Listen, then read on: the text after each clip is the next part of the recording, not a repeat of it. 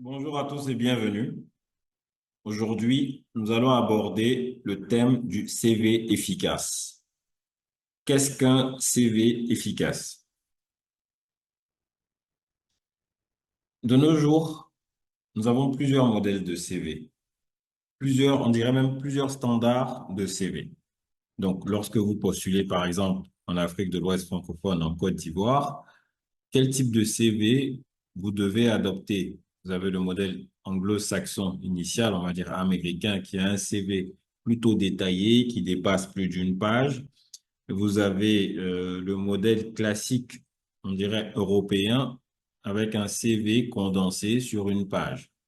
Donc, vous voulez postuler en Côte d'Ivoire, par exemple, quel CV adopter? Donc, la réponse est très simple. Aujourd'hui, vu que dans notre environnement, nous avons plusieurs standards, vous pouvez envoyer a priori tout type de CV. Soit vous faites un CV sur une page, soit vous adoptez éventuellement le modèle anglo-saxon sur plusieurs pages, bien entendu, après traduction en français de votre CV.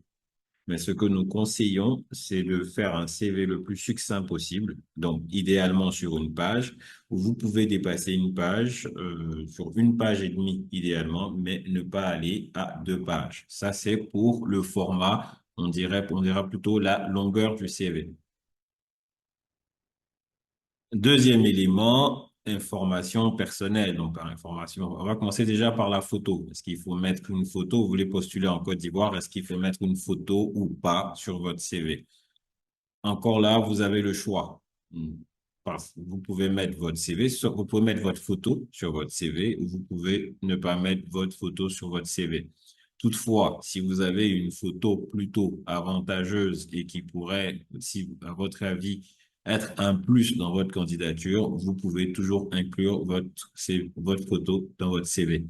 Nous ne sommes pas dans des environnements où un CV avec une photo peut être totalement éliminatoire. Des environnements comme le Canada, par exemple, où un CV avec une photo, ce n'est pas du tout la norme. Dans notre environnement, vous pouvez mettre une photo ou pas. Et si la photo, selon vous, constituera un avantage pour le poste, vous pouvez la mettre. Information personnelle, donc le nom déjà, donc vous mettez votre nom et votre prénom. Vous n'êtes pas obligé de mettre tous vos noms et prénoms exactement correspondent à l'état civil. Votre statut matrimonial, vous n'avez pas forcément besoin de le mettre. Le nombre d'enfants que vous avez, votre âge, ce sont des informations que vous n'avez pas besoin de mettre si vous postulez, par exemple, en Côte d'Ivoire. Vous pouvez les mettre, mais vous n'êtes pas obligé. Maintenant, on en vient aux rubriques du CV. Donc, quelles sont les rubriques du CV? Bien entendu, l'expérience professionnelle. On commence tout de suite par l'expérience professionnelle. L'expérience professionnelle est le point le plus important de votre CV. Du moment où vous n'êtes pas un débutant, du moment où vous ne venez pas de sortir de l'école, vous devez mettre votre expérience professionnelle en premier car c'est le point sur lequel le recruteur va s'appuyer pour analyser votre candidature. C'est le plus important que vos diplômes. Ce qui l'intéresse vraiment, c'est votre expérience professionnelle. Vous avez également la rubrique en général qui apparaît de plus en plus sur les CV résumé de votre profil, donc qui explique un peu qui vous êtes et ce que vous voulez. Vous avez la possibilité de le mettre. Vous pouvez également ne pas le mettre, mais ce n'est pas un point éliminatoire. Donc, rubrique, vous pouvez mettre une rubrique résumé. Deuxième point, enfin, point le plus important qui viendra en deuxième si vous mettez la partie résumé, expérience professionnelle. Ensuite, bien entendu, les diplômes obtenus.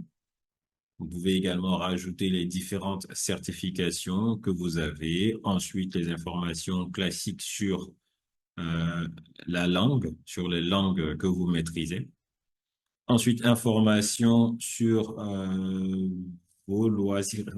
Non, ah, pardon, information déjà sur vos compétences informatiques, donc les compétences informatiques classiques, donc le pack office classique, plus vos compétences informatiques spécifiques si vous travaillez sur des logiciels spécifiques ou sur des ERP, par exemple, si vous travaillez sur du SIG, si vous travaillez sur d'autres logiciels un peu plus spécialisés, il est important également de le mentionner. Après des rubriques totalement facultatives, vous pouvez rajouter des informations sur vos loisirs. Vous pouvez également rajouter des informations sur éventuellement le permis de conduire. Bon, le permis de conduire, c'est pour des postes de cadre en général, c'est pas le plus important. Mais bon, en revanche, si le poste inclut des déplacements aussi, c'est un poste où il faut conduire. Ce sont des informations importantes à mentionner. Donc, voilà plus ou moins pour les rubriques.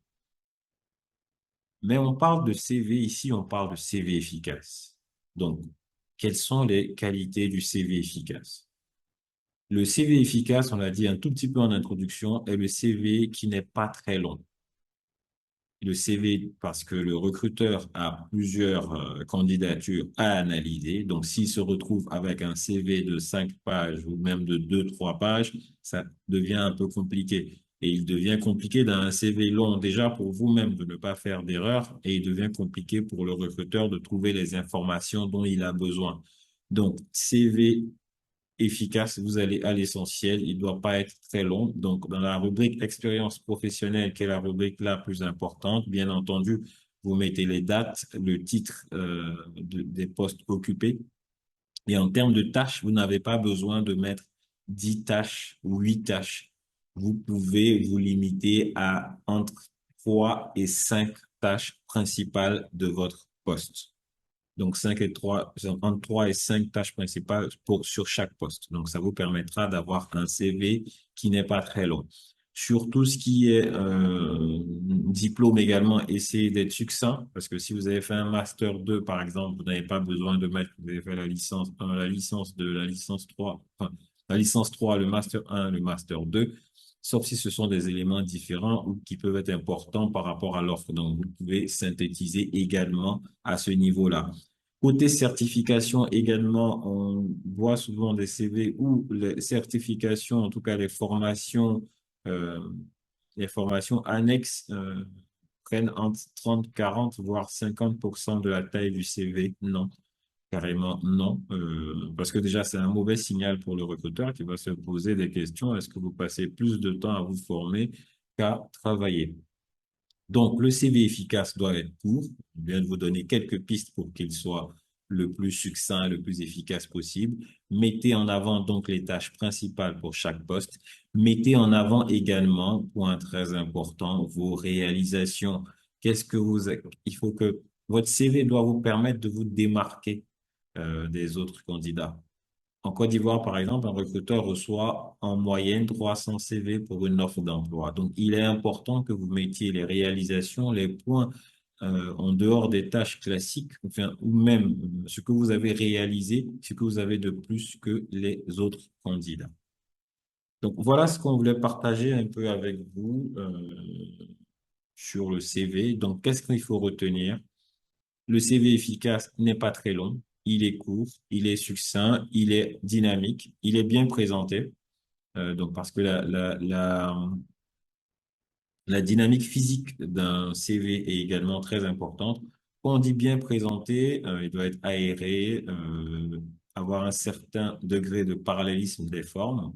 Il ne s'agit pas non plus d'avoir un CV extrêmement coloré ou artistique. Ça ne change pas vraiment grand-chose en réalité. Ce qu'il faut faire, c'est avoir un CV simple, aéré, lisible, succinct, efficace et qui met en avant vos réalisations significatives. Donc, la rubrique expérience professionnelle doit être la plus importante. Ça doit être la première rubrique.